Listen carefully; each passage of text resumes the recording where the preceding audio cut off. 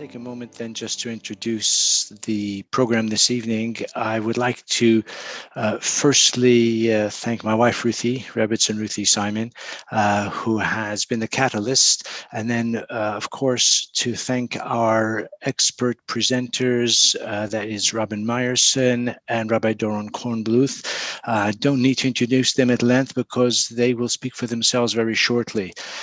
They are active in the field of education, and I would say um, presenting to the wider Jewish public the subject, the slightly morbid subject and yet important subject of death, also burial, the afterlife, and of course, in particular, the controversial subject of cremation, and I will leave it to them to share their insights into that.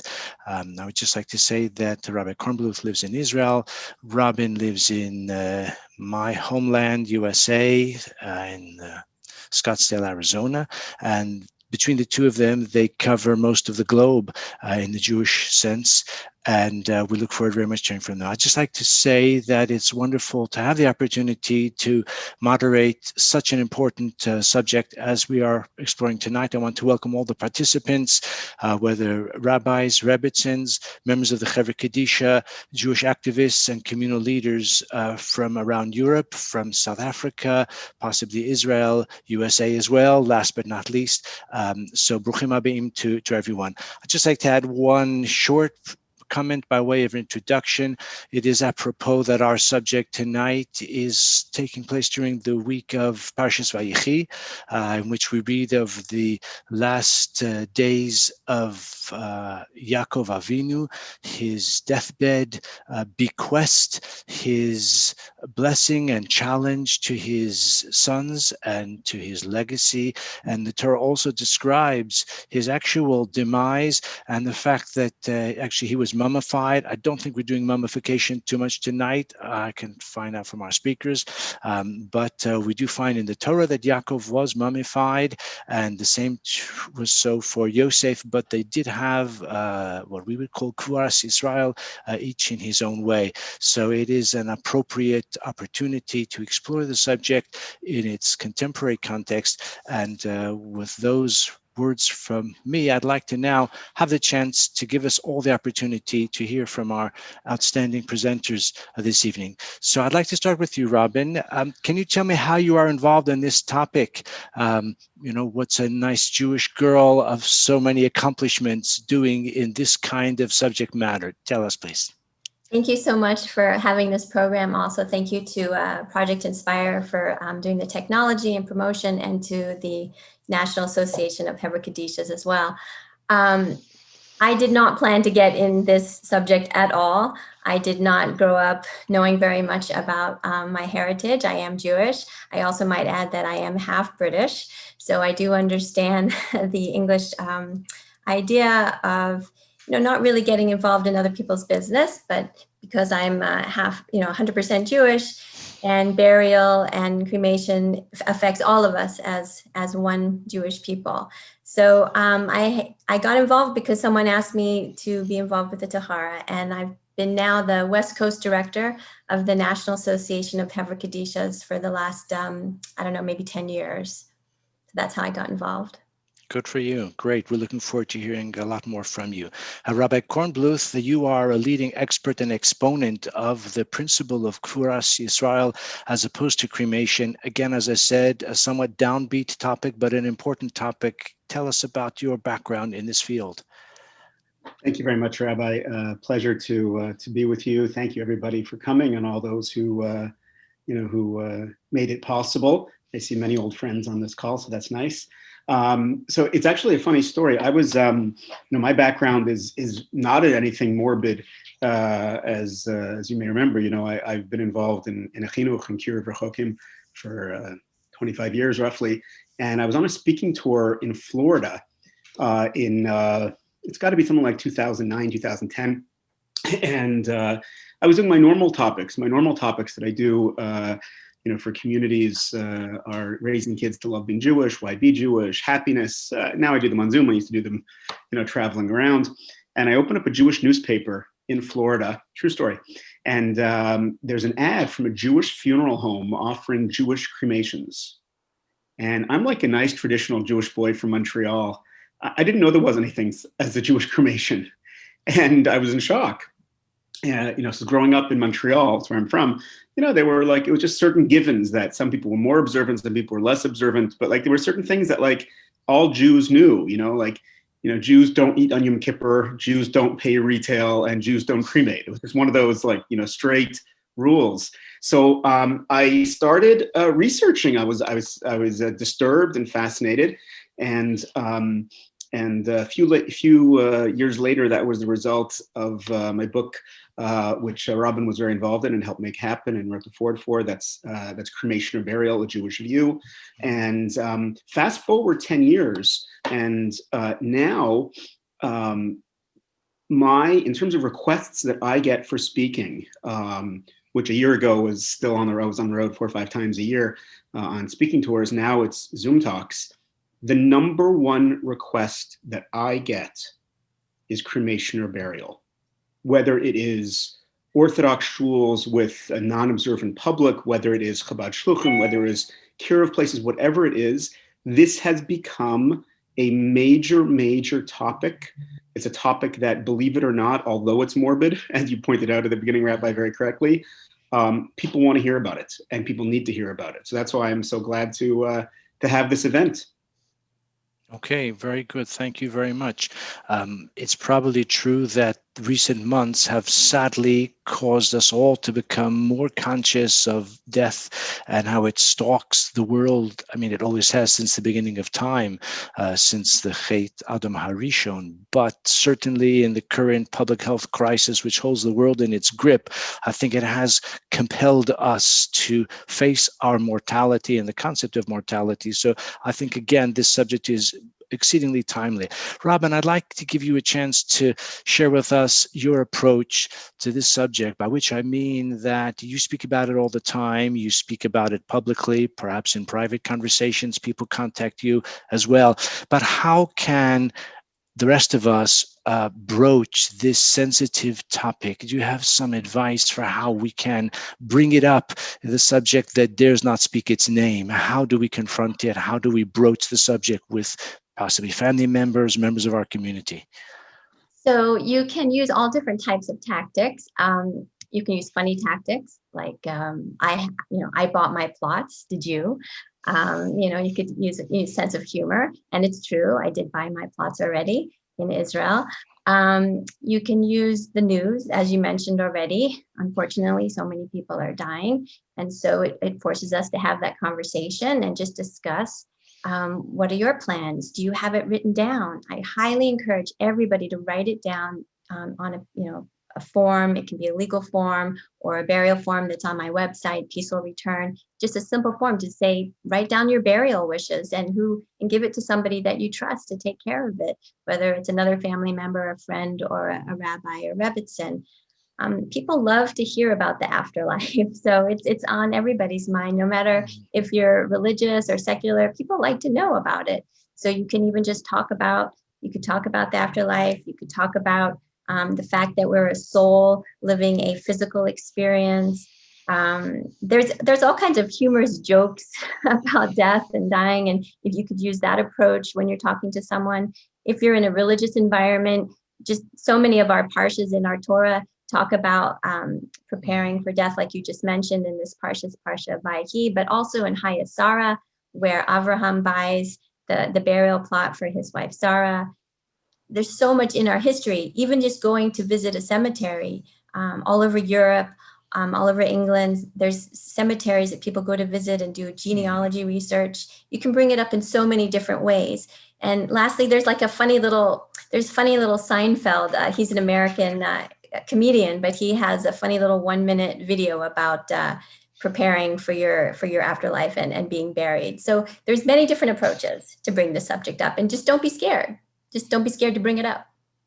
Okay, I'm sure that in the course of our conversation this evening, you will offer us further points of access to, as you say, broach and to explore this sensitive subject. I'd like to hear from you, Rabbi Kornbluth. You mentioned how, as a speaker, this topic is popular, people want to hear about it. Can you talk a little bit about your book and what impact you feel or you know that your book has had vis-a-vis this crux issue of choosing burial over cremation? Sure. I would say that my book, Cremation or Burial, is part of the resources available. In some cases, a book is the best thing to affect to people. In other cases, it's not necessarily. Robin put up a wonderful website that has some of her material, my material, or Zone's material. It's called peacefulreturn.com.org. I always get mixed up, Robin. It's both, That's right? right. That's right. Okay. .com, peacefulreturn.com. So sometimes if there's a 4-minute video that we created with actors, there's me speaking. So sometimes if if it's being dealt with at the worst time, the times of grief, and the person is not going to sit down and read a book, that website will be very helpful. There's many Torah websites online that have great material on it. Chabad.org, H.com, Torah.org. There's a lot out there. Robin's book on the afterlife is great. Just because you asked about my book, Cremation or Burial, it's a preventative book. It's an easy read. It'll take a person about an hour. Again, if a person's in the hospital, God forbid, and dealing with the final, the final decisions, that's not the time to read a book. But what we're seeing more and more is that I think Rabbi Zone, who's the sort of the rabbi's rabbi in this area, head of NASC, head of the Chevra Kadisha in Queens.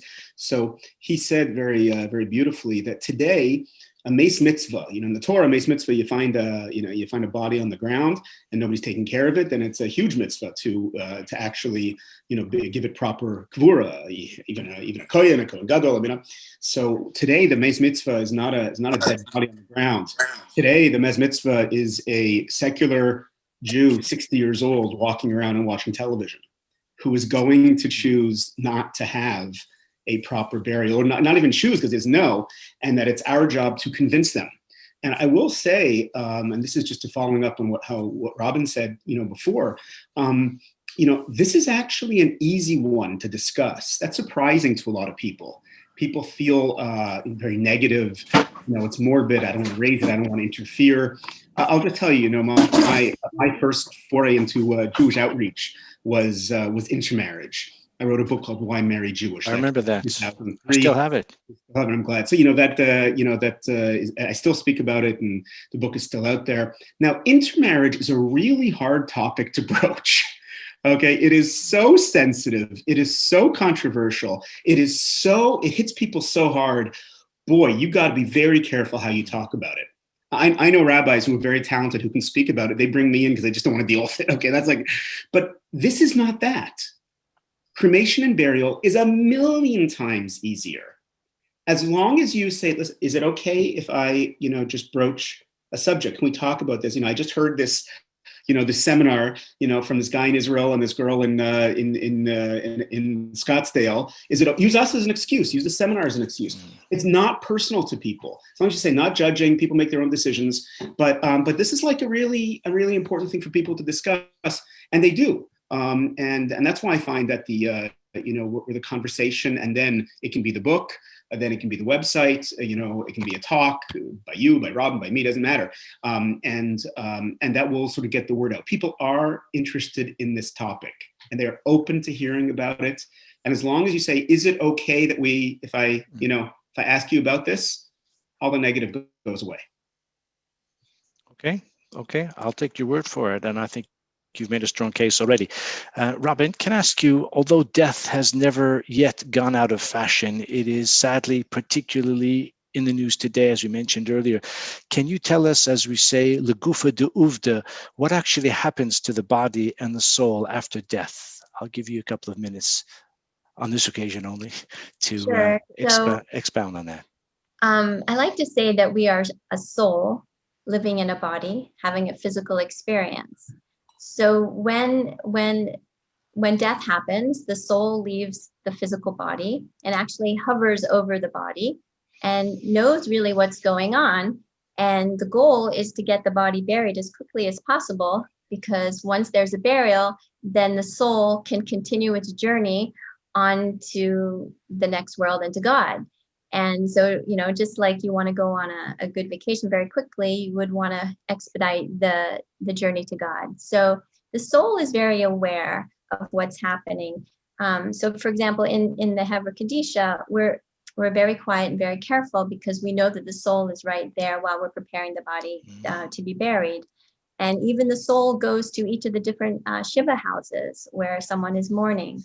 And the soul actually also mourns the fact that it's left its body. So the soul is also there at the funeral and hears and knows what's going on. So that's why we visit a cemetery, because part of the soul goes to God, but part of the soul actually hovers at the cemetery, at the place of burial. And in Hebrew, the word for cemetery is Beis Chaim, which means the home of the living. Such a unusual thing to think about, but it's the home of the living, because the soul lives for eternity.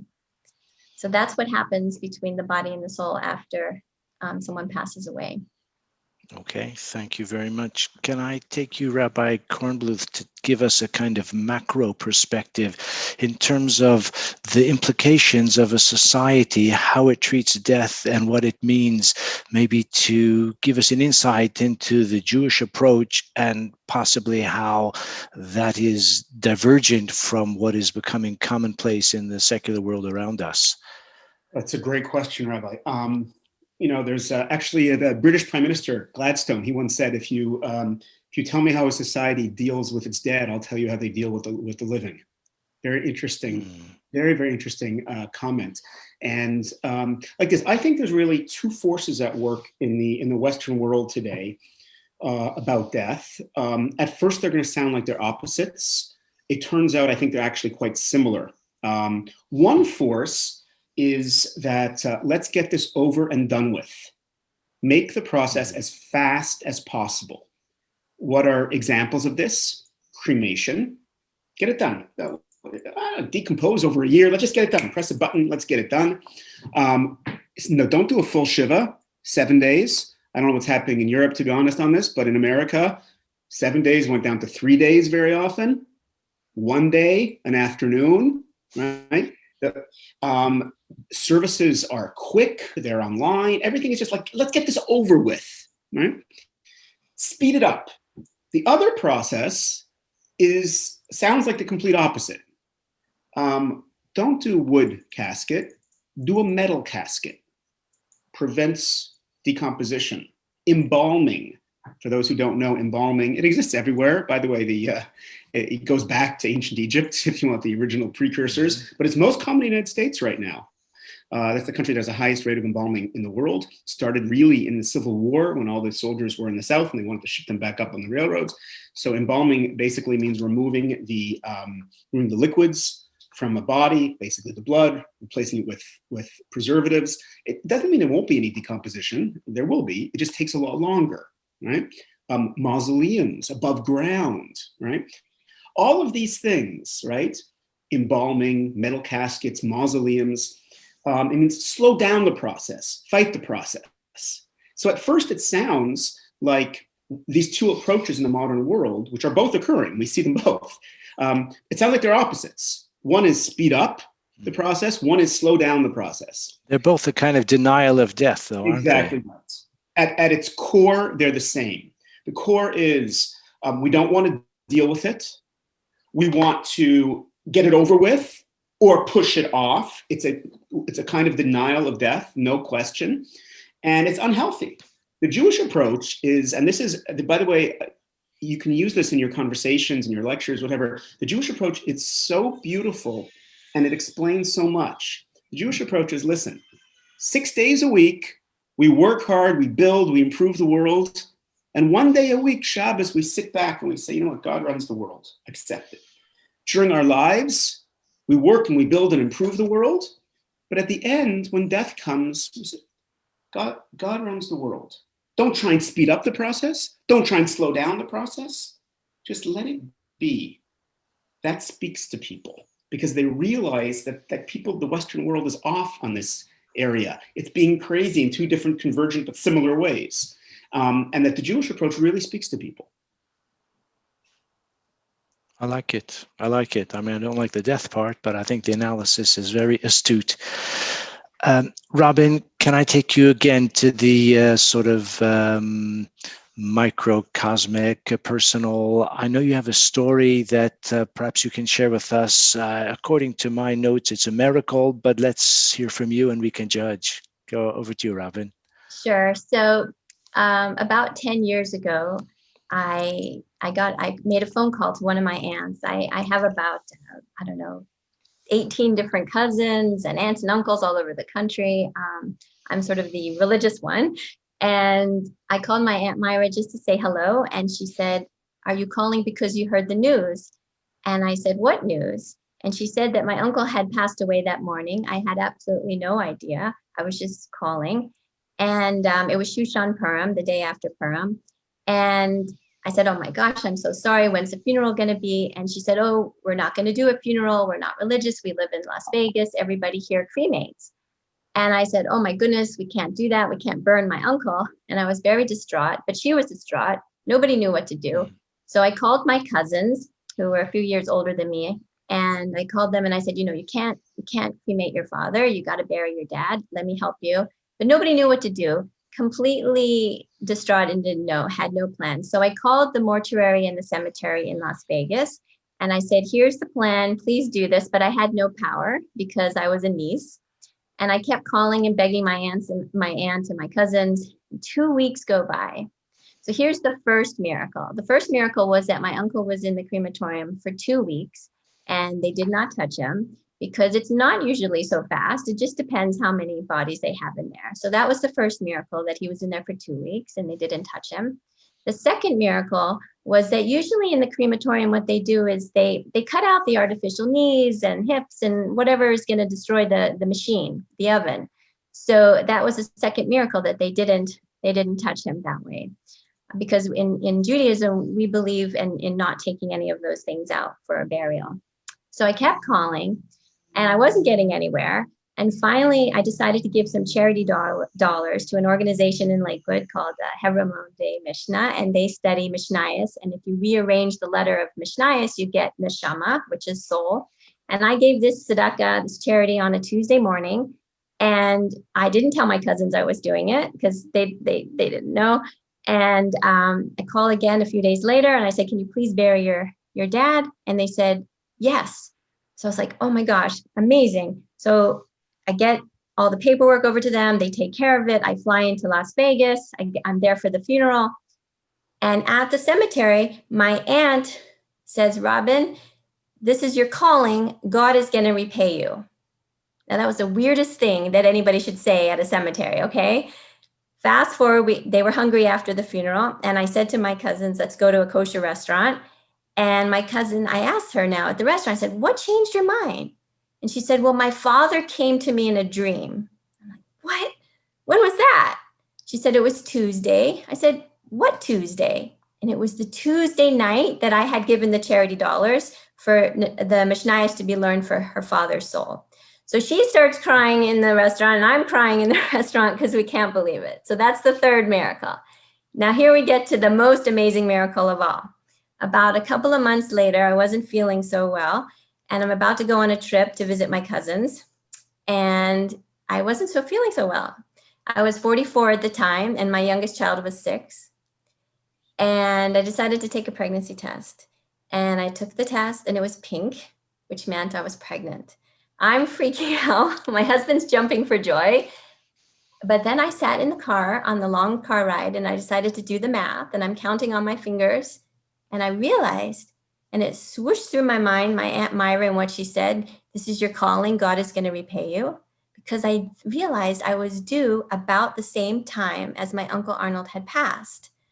And I just got goosebumps and everything. Fast forward, go to the doctor, everything's fine because I was scared. I was 40, almost 45. Fast forward, go to the ultrasound, we find out it's a little boy. I call my cousins from the ultrasound room, tell them that I'm going to name my baby after their father. Fast forward, remember I said my uncle was in the crematorium 2 weeks? Well, my baby was 2 weeks late. and he was born exactly on the first anniversary yard site of my Uncle Arnold's death. Wow. So Amazing. if that doesn't make you believe in the afterlife and the importance of burial, I don't know what will. Amazing stuff. Wow. Okay. Well, I hope your little boy grows to be worthy of the miracles surrounding his formation and his arrival into this world. Good for him. And Rabbi Kornbluth, you are the one with the research experience, having written the book literally on the subject. I mean, I have a bit of your impulse that you mentioned when you first, or before you first looked into this, the expectation that Jewish burial surely must be universal throughout the Jewish world. I've since learned that's not at all the case. Can you give us some statistics about the popularity of cremation and maybe what kind of inroads it is making and has already made in the Jewish world? Yeah, I'll tell you what we know, what I know at least. In the United States, let's just talk about the United States for now.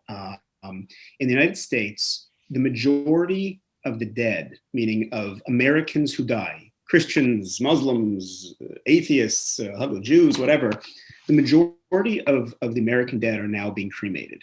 In 2017, it went from being 49% to 50% to 51%. It's now probably at 53 or 54%, depending how you count, which means that the majority of Americans, now this year, unfortunately, has been a very high death rate. There's about 3 million Americans who die a year. So over half of those are being cremated. Now, what does that mean about Jews? Well, the only fact that we have, we do not know exactly, because it's hard to know exactly how many Jews there are and who's Jewish.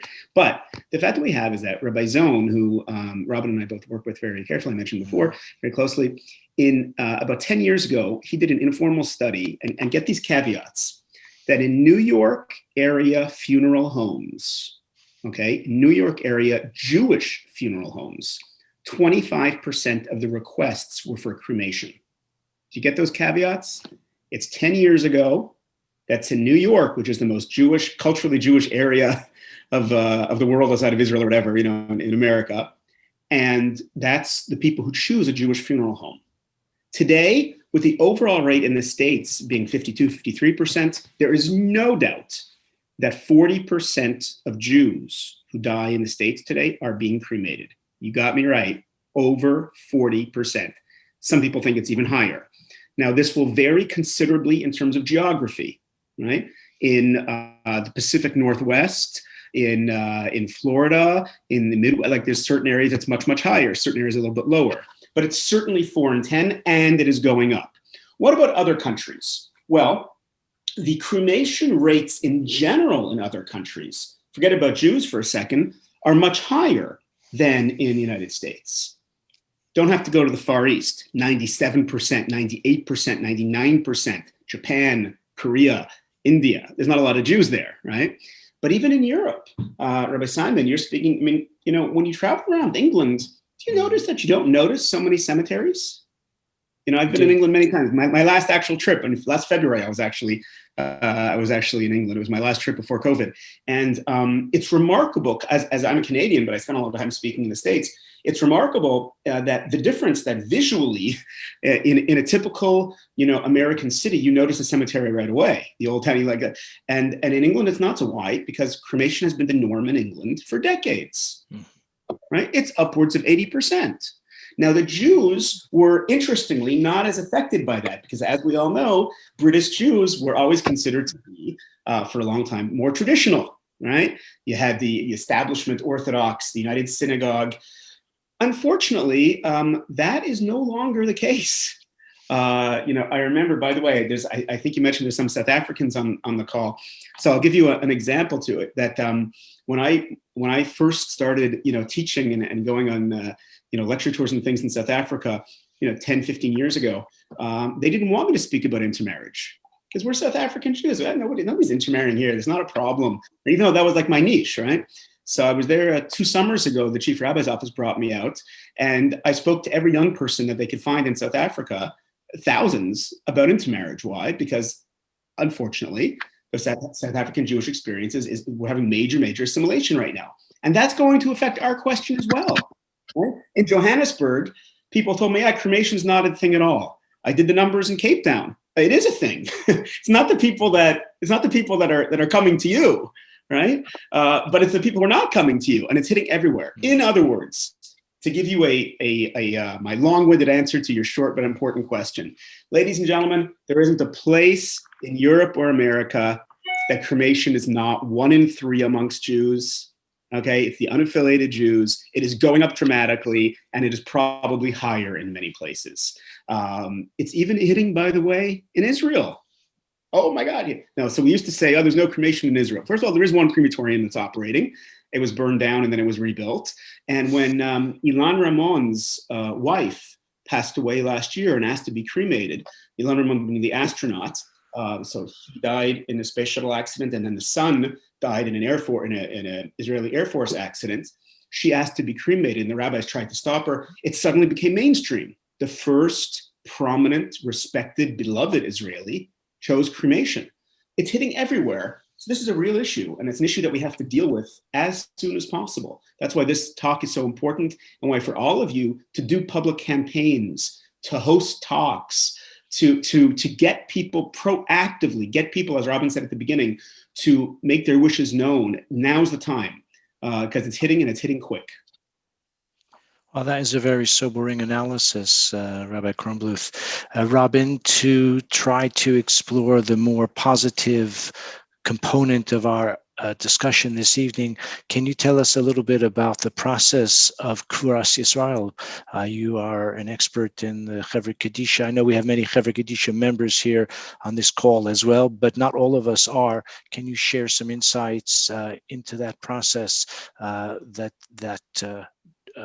is characteristic of a Jewish burial? So the Jewish custom is that women take care of women in preparing them for burial, and men take care of men. And it's a very gentle, modest, beautiful experience. There's no talking in the room except for some Tehillim that is being said, or to address the nifter, the person who's passed away, by their name.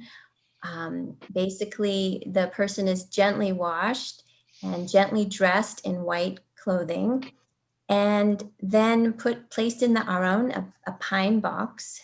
There's no embalming, no cutting at all. It's just very gentle.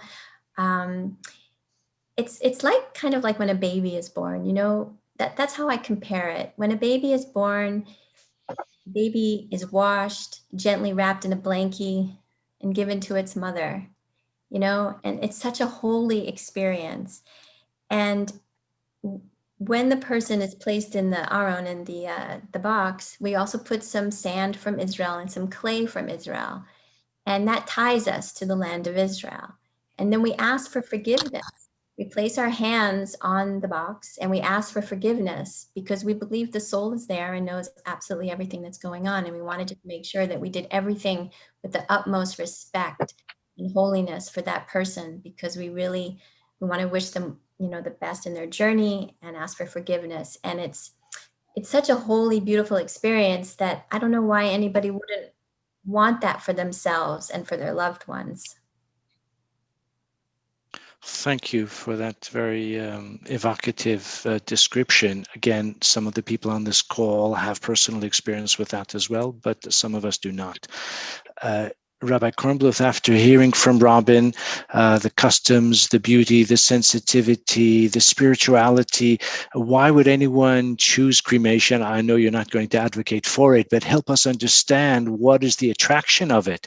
What are some of the myths and the facts? I know some people, many people have environmental concerns generally, and perhaps that is a factor in the cremation choice. Can you help us understand better what it's all about? Sure. Let's go through some of the main ones. For more information, you can look at Robin's site, peacefulreturn.com. It has top 10.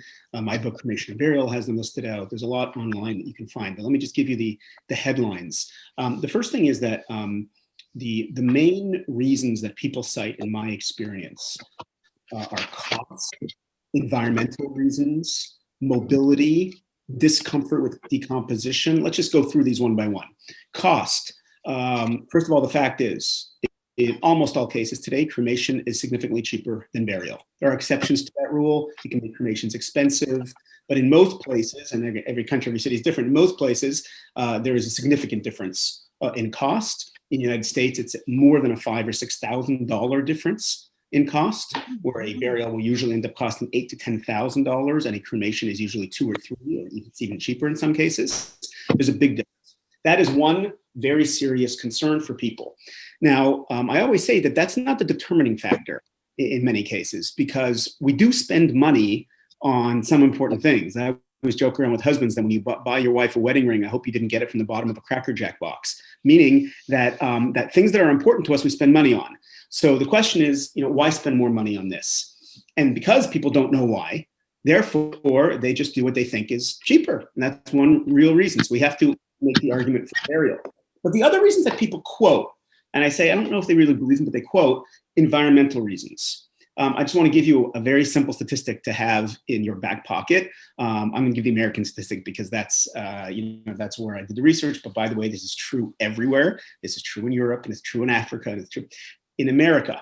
If every American who died were to be buried, right, it would take 10,000 years to use up 1% of America's landmass. Meaning, there is a ton of land out there. People say land is for the living, don't waste it on the dead. And you and I both know that if, God forbid, we had to make a choice, that I hear that, but you don't have to make a choice. Rabbi Simon, I've been around England enough, you're in London and you think there's no room, there's no room. And then you go half an hour outside of London, take the train up to Manchester. I mean, the massive emptiness of the countryside. There is plenty of room all over Europe, all over America, in South Africa. There's no lack of room. Serious environmentalists don't even mention that as an issue. By the way, if you doubt me, next time you fly, when we can fly again, just look down. There's plenty of room. The more serious environmental critique is not the amount of land, because there's plenty of land. It's what goes into the land. To make a long story short, there are two serious environmental problems with modern burials. Metal caskets, amount of energy producing them rust for hundreds or 1,000 years, whatever, and embalming, toxic chemicals. Formaldehyde is the main one. Notice anything, ladies and gentlemen, about these two things, metal caskets and embalming? They're not Jewish. We don't do them. Jewish burials are a model of environmentalism. Environmentalists are not in favor of cremation. Cremation releases toxic chemicals into the air. If you're of my age or older and you have fillings, you probably have some mercury in your teeth, right? So it's, there's cities that won't allow crematorium. You can Google it. They won't allow crematorium to be beside schools. Why? Because they release chemicals into the air and they use a lot of fossil fuels. We're all being pushed to get rid of our cars and have hybrids or have electric cars. And suddenly it's all this fossil fuels being used. So environmentalists are in favor of green burials, not cremations. Green burial, main two components, by far the main two, no metal caskets, no embalming. The other issue that people often bring up is mobility. It goes like this. I don't know where everybody is from, and it may be different, but when I was growing up, there were family plots. In other words, you have generations and generations of a family would live and die in the same town. It would be kind of beautiful. I'm actually here temporarily. I live in Israel, Baruch Hashem, but I'm here temporarily in Montreal. That's where I'm speaking to you from. I grew up in Montreal, and I came to see my parents. My last day of quarantine today, after 14 days, I get out. So we have a family plot here, and every time I was trying to the basic Claros. So people say, yeah, in the old country, people would be together and people would visit graves. But today, where are you going to have the grave? Like the grandparents live in one city, the kids live in another city, the grandkids live in another city. They're not so traditional to begin with. So many people will say, listen, no one's going to visit the grave anyway, so why bother having one? Better to have it in an urn and be portable. I want to give you a very simple way of answering this. I always ask people, true or false? I should mention that my side job before COVID was a tour guide in Israel. So I always say to people, so true or false? The favorite place I have to bring people in Israel is the grave of Moshe Rabbeinu. So obviously false, right? Why is it false? Well, there's two reasons. Number one, he's not in Eretz Israel, right? He's on the other side. And number two, we don't know where he's buried, right? Look at the Mefarshim. God hid the place of his burial. So here's the question. And by the way, this really works well. You ask people, so has anyone ever visited the grave of Moshe Rabbeinu? No. And yet we know archaeologically, right? 3,300 years ago, there was plenty of cremation. It was the norm. Yet God did not choose cremation because we in our modern minds, we put two things together, having a grave and visiting it. And we figure, well, if nobody's going to visit it, then you don't need to have it. Well, God's example with Moshe Rabbeinu shows those two things are disconnected. Hopefully somebody will visit the grave. And by the way, very often there's a grandkid who will get close to it, family genealogy, connection, religious. But even if not, having a grave is important. One last thing, and then we'll move on, that people are sometimes, I call discomforted. They're uncomfortable with decomposition. It's kind of gross, right? And they don't want to be eaten by worms. You'll hear that phrase, very often.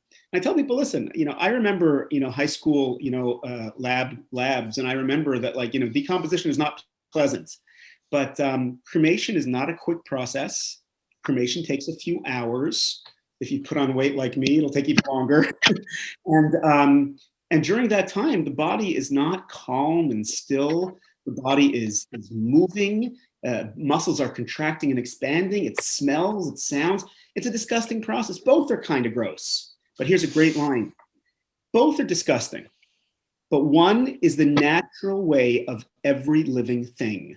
A plant grows, flowers, goes back to Mother Earth. An animal is born, runs around the forest, goes back to Mother Earth. Cremation is artificial. Burial is natural. That one line, I want to tell you, I have had people tell me that changed their whole perspective on the subject, that one idea, that burial is natural. They never thought of it that way, but it is that way. So those are some of the reasons. There's a lot more, but the idea is to explain to people that the reasons why people are choosing cremation are really not valid. It's not, you don't have, even if the grave is not visited, and the only thing that really makes sense is the cost factor.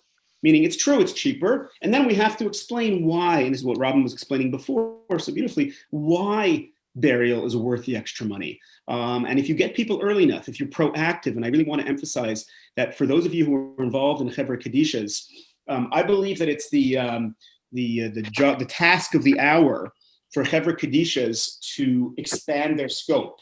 Not just to be reactive when someone dies, we will provide a kosher burial. But to see your task as the holy task that it is, offering proper burial for everyone in the Jewish community, which means to get out there proactively and run education campaigns and convince people to pre-plan, to take care of it early. And that way it's all done, and it's all done early, and we can triple, quadruple, we can radically increase the number of people who are getting a proper burial. Okay, that is a serious challenge, and I'm sure a very worthy one. Robin, excuse me, I want to ask you a challenging question. It's often the case that whether after the death or even before the death, someone will say to you, it's my parents' desire, will, expressed intention to go with cremation. Can you tell us how you can or how we can respond to such a situation? What riposte can you suggest to somehow counteract that filial loyalty, the sense that it's only right for me to fulfill my parents' wishes? What's your take on that? So I get this question about 2 or 3 times a week. The best thing is to have this question before there's a death, first of all, because it's very difficult talking to people when there's a death already, because it's a very emotional situation. But what I first thing to ask someone, number one, is why are they choosing cremation? That's the first thing to ask, because then instead of going into a whole speech about the environment or religious reasons or money reasons, find out why, so that you can get directly to the core of the issue and then address that. So for example, let's say it's in their will. Now, every city is different with laws, but for the most part, if it's in someone's will, we don't have to follow the will when it regards to cremation or burial. We do burial. If it's their financial wishes to do various things, we have to absolutely follow their will for the financial distribution of wealth. But if it's in their will that says they want to be cremated, we don't have to follow that. You're not going to be arrested. The police are not going to come knock on your door and say, you didn't follow the will. You're going to, go to jail. You can do a proper burial. If someone says to them, I don't have the money, there are plenty of resources out there. I get this call all the time. I said, there's the Jewish Free Loan. There's the Hebrew Free Burial Society. I know there are federations that have funds. People have done GoFundMe campaigns to raise the funds. People donate all the time to help someone be buried. So never, ever, ever let money be an issue. Like Duran said that, some people will say they're claustrophobic. I've had that happen to me. Someone called me up and said, I'm claustrophobic. I cannot go in the ground. And I said, well, did you think about going in an oven? It's way worse. So that changed their mind and they decided to go with burial. Some people will say, I want to donate my body to science. And I said, look, there's thousands of people donating their bodies to science. The Jewish people do not need to do this. When you're alive, let's say you want to donate a kidney or something, that's permissible. But Jewish people don't donate their bodies, their full bodies to science because it's just chopped up and hacked in public view for all the medical students. It's just not respectful. That's not something we do. And then if someone will say to me, well, I want to keep my mother with me or my father with me or Bubby with me because I want to keep the ashes with me, I tell them that there's no DNA in ashes. That's not your mother. That's not your father. It's not, because a Kohen can be around ashes because there's no DNA, and a Kohen cannot be around a dead body. So I say, if you want to keep your mother or your loved one near you, take a lock of their hair, a favorite piece of jewelry, a picture, something, a scarf, but you don't need to keep any cremated ashes with them. And the key is just to ask why. Why are they choosing cremation, and then answer appropriately to the reason that they have, and then have them fill out a burial form. Okay, thank you. Can I ask Rabbi Kornbluth, from your research, Robin just mentioned now about people saving ashes. Colloquially, I think that this is a common intention. Does it really happen? Do people really save the ashes? Do they find it meaningful? And based on your research, what can you tell us about that? So at first, yes, many people think it's a very nice idea. That being said, it doesn't work out that way for a lot of families. There is a problem all over the world that funeral homes have hundreds of unclaimed urns. Almost every funeral home I have ever dealt with, and I've dealt with hundreds of them, have this problem because people say they want them, but they don't really want them. It's kind of uncomfortable. And the funeral homes don't know what to do with them because, like, if they get rid of them, they'll get sued because you just got rid of grandma, so they can't get rid of them, but they don't want that. Nobody picks them up. So it is alarmingly uncomfortable for many people. Let me add just a couple things that to Robin's very beautiful explanation of why bury. There's I always ask people, let's say you have a Sefer Torah, a Torah scroll that is damaged beyond repair. What do you do with it? Everyone knows you bury it. You can have the most secular, non-observant Jew. They've heard this idea that you bury Torah scrolls. It's fascinating, right? So I always ask people, okay, so let's say there's a fire, God forbid, in the shul, and you want to save the Torah scrolls. Are you allowed to go and save it as a mitzvah? And the answer is, well, if there's no risk to you, of course, you can go and save the Torah scroll. But if there's any reasonable risk to you, you're not allowed to, because you are holier than a Torah scroll, right? Doesn't matter if you're a man or a woman, if you're observant or you're not observant, if you're old or you're young, you're sick or you're healthy, you are holier than a Torah scroll. Torah scroll is holy and we bury it, and you are holier. That hits people and it really touches them. The phrase that I like to use is that we bury treasure, we burn the garbage. Just think about the imagery. The imagery is amazing. When you were 8 years old and your dog died, I'm convinced that your parents didn't say, okay, honey, you bring over the dog and we'll fire up the barbecue. I mean, like, they didn't do that, right? You buried it. We bury things that are important to us. We bury treasure. That hits people very well. And there's also, I think, a really nice thing to mention to people. Most Jews around the world are quite supportive of Israel and have a soft spot for the IDF. And so I always mention people, everybody's heard, most people have heard of Gilad Shalit. Gilad Shalit is that, the poor soldier that was in Hamas jail for 5 years. And we made a major trade for him, 2,000 terrorists. Very controversial, by the way, in Israel, whether it was right or wrong. We're all glad that he got out, but 200 of those have been rearrested for terrorist crimes. Right? Most people have heard that story. I add in, I don't know if you realize it, but the state of Israel has 3 times, to my knowledge, maybe more, traded live terrorists to get back dead bodies, people we knew were dead. You can be for or against that decision, okay? But the point is we do it because Jewish burial is such a part of who we are. The last decision that I make on the planet, I just hear, I have this voice of this person saying that, listen, I may not have been the most religious person on the planet, but I was born a Jew. I'm proud to be a Jew. And my last decision on planet Earth, I want to say, here lies a proud Jew. It speaks to people. And so this is a subject that we can win on. We can convince people, the earlier the better. And as Robin said, to get it in writing, to leave it till the person dies, it's much, much harder. It's doable. Robin and I both try, but it's much harder.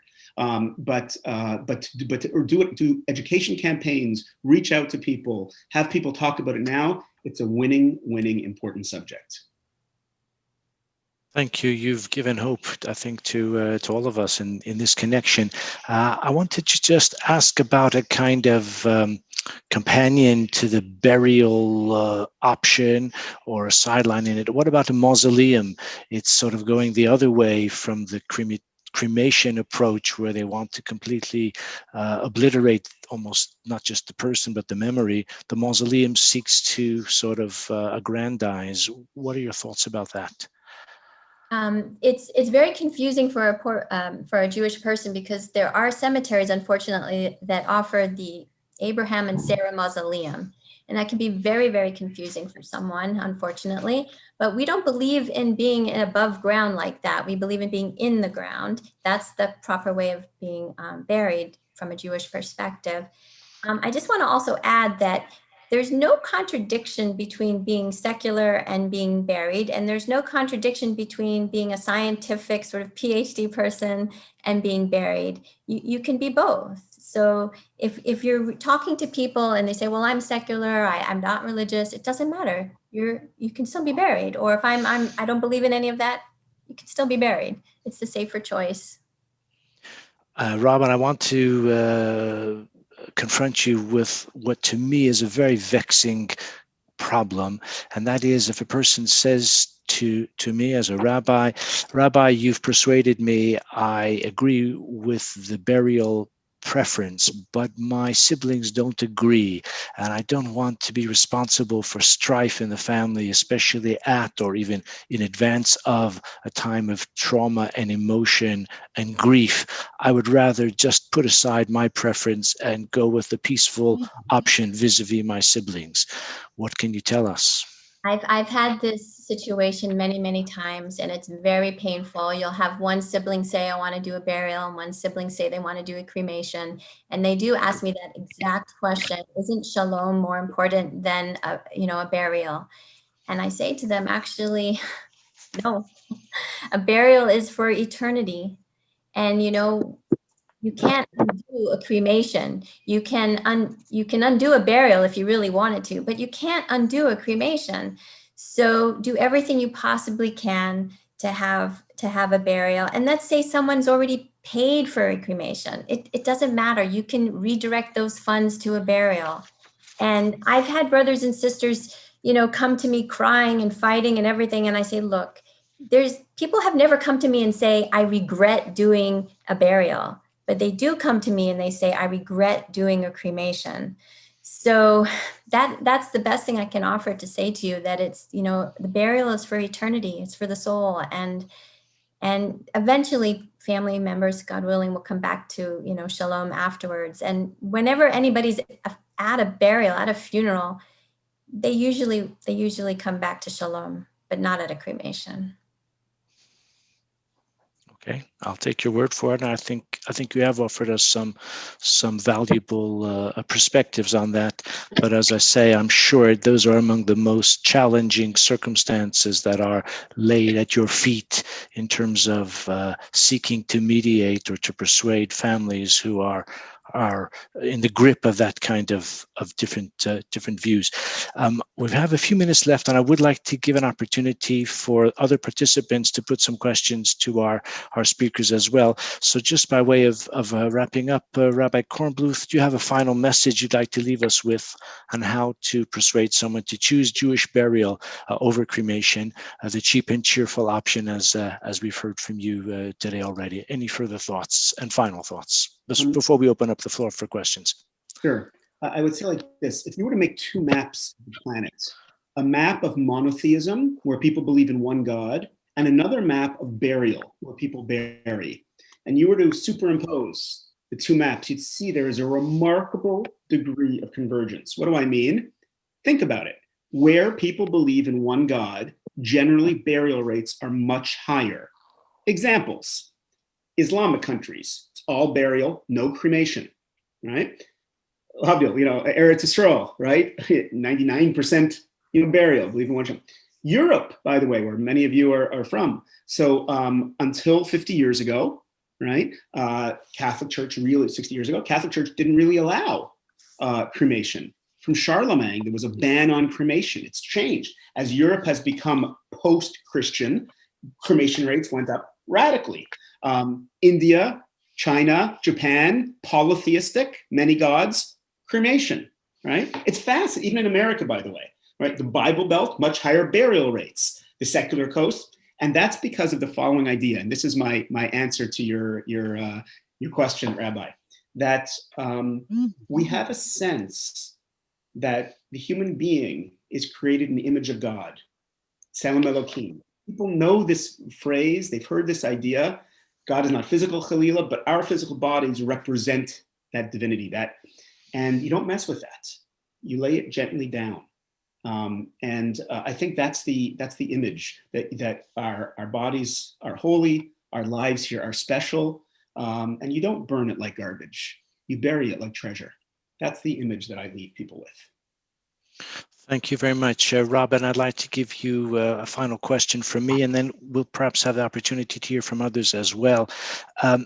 In terms of nichum avelim, words of comfort, words of consolation, vis-a-vis someone possibly who has found new meaning in his or her Judaism, whose parent or other family member has already been cremated, can you offer any words of hope for such a person, how to maintain some kind of spiritual connection with that loved one who has been cremated? And I would just like to add that there's a kind of parallel track to the cremation question, which I'm sure appears in your writings, but hasn't yet been broached tonight. And that is the terrible shadow of the Holocaust, where so many Jewish men and women, children as well, of course, were cremated.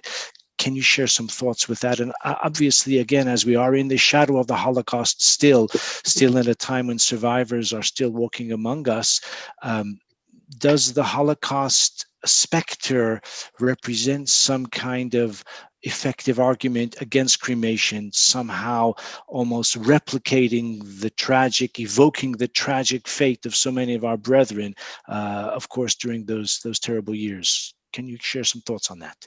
Sure. So the people who died in the Holocaust, they died at Kiddush Hashem. If they were to be given a choice, they would have chosen burial. Absolutely. And all of the things that we're discussing tonight do not apply at all to them and their souls. When someone says to me that they want to cremate, and I sometimes bring up the Holocaust, it doesn't always work, because for people today, being 75 or so years ago, for today's generation, it doesn't apply, unfortunately. However, I do have situations where there are people who are Holocaust survivors and their family passed and perished that way. And I have had cases where people have said to me, I want to be cremated as well because of my family being cremated. And that is the most heart-wrenching thing of all. And most of the time it's worked out. And what I tell those people very, very gently is that you survived. Don't let the work of the Holocaust continue. Make a stone and list all the names of your relatives who perished and put them on your stone too, and say that you lived, they lived, and will be remembered. So that's very painful. But I also want to say that before I got into this about 10 or plus years ago, I have family members who chose cremation. And the reason I asked, helped so much with Daron to get his book published was because there was no information that I could find that would reach one of my other aunts. She just didn't, nothing reached her, no material reached her. It just didn't make a difference in her decision. And so Daron's book wasn't published then. And I wish that she would have been able to live and have read his book, because maybe she would have chosen burial. And it is very personal for me and very painful for me. It's very depressing. But what I do for those souls, first of all, is I remember them. I give charity in their memory. I learn Torah in their memory. I do all the work that I'm doing today, in their memory, so that other people will be buried. So the past happened and we have to move on. We can learn from those mistakes. Let's say there's somebody on the call here today who, in this presentation, who has a family member that was cremated and they just didn't know. It wasn't their fault. They didn't have the education or the information. Now you do. So you can maintain a spiritual relationship with your loved ones who've passed away by doing good deeds in their memory, donating money for someone else's burial. Those are the things that we can do today to remember our loved ones from the past. Thank you very much. I would like to thank our presenters, and I would like to allocate maybe 10 minutes or so to participants who, if you would like to unmute yourself, and I don't have a really excellent method of calling on one person over another. Excuse me for that, but I would like to give, hopefully in a British polite fashion, no doubt, an opportunity for those who would like to ask questions to our presenters as well. I've tried to cover quite a lot of ground, no pun intended, but I'm sure there are other aspects that they can also certainly enlighten us upon. So if there are any questions from the group, now's your chance. I would like to ask a question. Can you tell us who you are, just for our understanding? Yeah, my name is Linda. And I have cremated both my parents. Okay, Linda. And my biggest question is, how is the neshama viewed? I know how it's viewed with a burial, but is it viewed the same way? You were talking about how the neshama hovers over a body that is buried. What happens to the neshama of a body that's cremated? So I'd like to give you, and this is for everybody on the line here today, I'd like to give you my cell phone number, because there's going to be many, many questions that people are going to have that are personal and delicate. And you're going to have more questions further on. So my cell phone is 602-469-1606. And I'll also give you my email. It's robin@projectinspireaz.com. That's for everybody, certainly, to contact me. But to answer your question, is that Robin with a Y or an I? Sorry. Yeah, Robin, ROBIN. Thank you. I can just very briefly mention what happens here, but I can tell you more in detail if you want to discuss it privately. But the soul. What comes after Robin Inspire? Project Inspire after that? Project Inspire AZ.com. A stands for Arizona. Right. ADZ. Z as in zebra. We're going to post information on the chat, so you'll be able to see it in a few minutes. Okay. Good. Thank you. So the neshama, because maybe perhaps they. What we feel is that if someone doesn't know any better, like they just didn't know any better, they're considered a captured infant, right? So they just didn't know any better. They didn't have the education. So the soul is treated in a different way in that respect. But if someone knew all the details, then the soul is treated in a different way. So that's just kind of a quick surface answer to your question. Thank you. I think the point, if I can just elaborate a little bit more, what Robin is saying is that many people are created either against their will or without the full understanding. They didn't have the benefit of Rabbi Kornbluth's book. They didn't have the benefit of Robin's website. They didn't participate in this call or any other opportunity to explore the matter, nor are they necessarily making a theological statement by choosing cremation. In many cases, the deceased who is cremated wasn't intending to flout or to deny the existence of the soul and the importance of Jewish burial, but rather, as we heard before, it was based on superficial considerations, even, dare I say, money. In such an instance, that person would probably not be judged in the heavenly court harshly because it was done out of error, ignorance, or the like. If a person deliberately chooses to be cremated as a theological statement of defiance, that would be another matter. And there, as Robin delicately put it, such a person would be judged differently in the next world.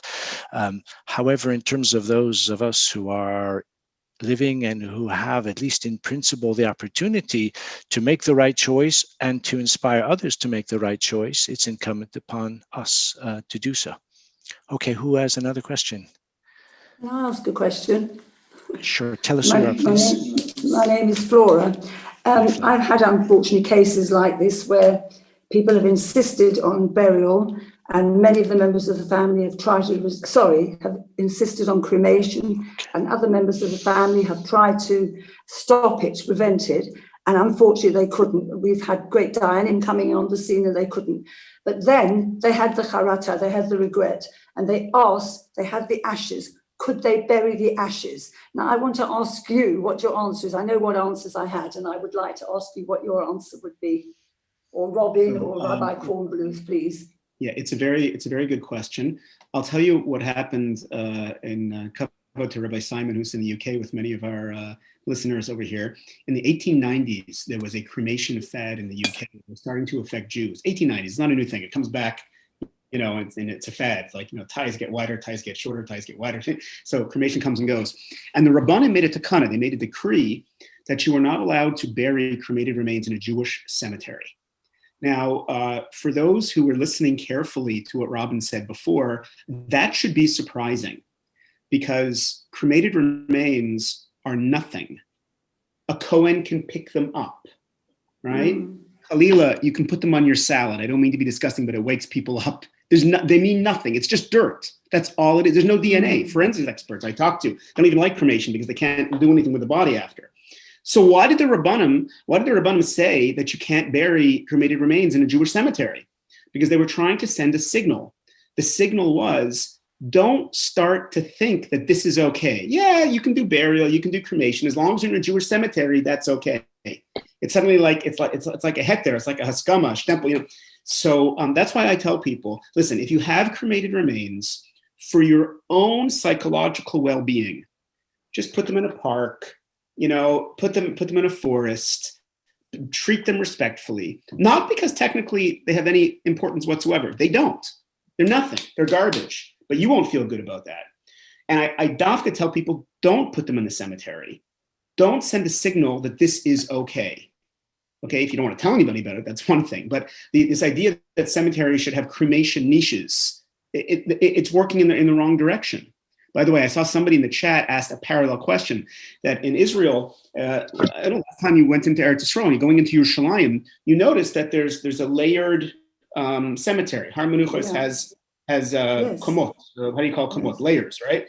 And exists in different places in Israel as well. So I'll give you the technical answer and then I'll give you my problem with it, okay? The technical answer is they're doing it lahalacha.